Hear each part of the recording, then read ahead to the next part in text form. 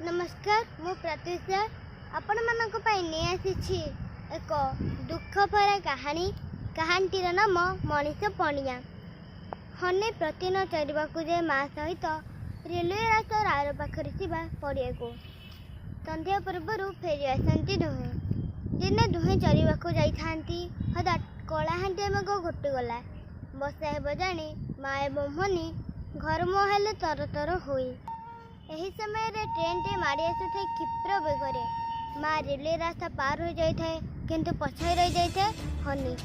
से पार है बेलू पाखरे पहुंची सारी ट्रेन टी।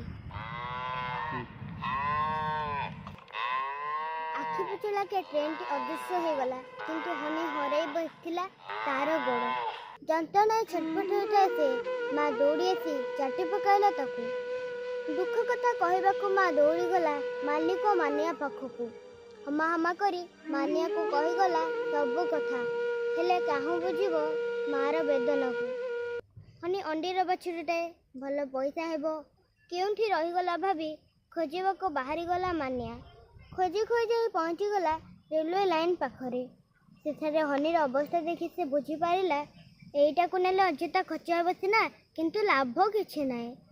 जे हनी को से खूब भल पाउथिला शेषर टिके साथ छाड़ी चलीगला ताकू सेठारे।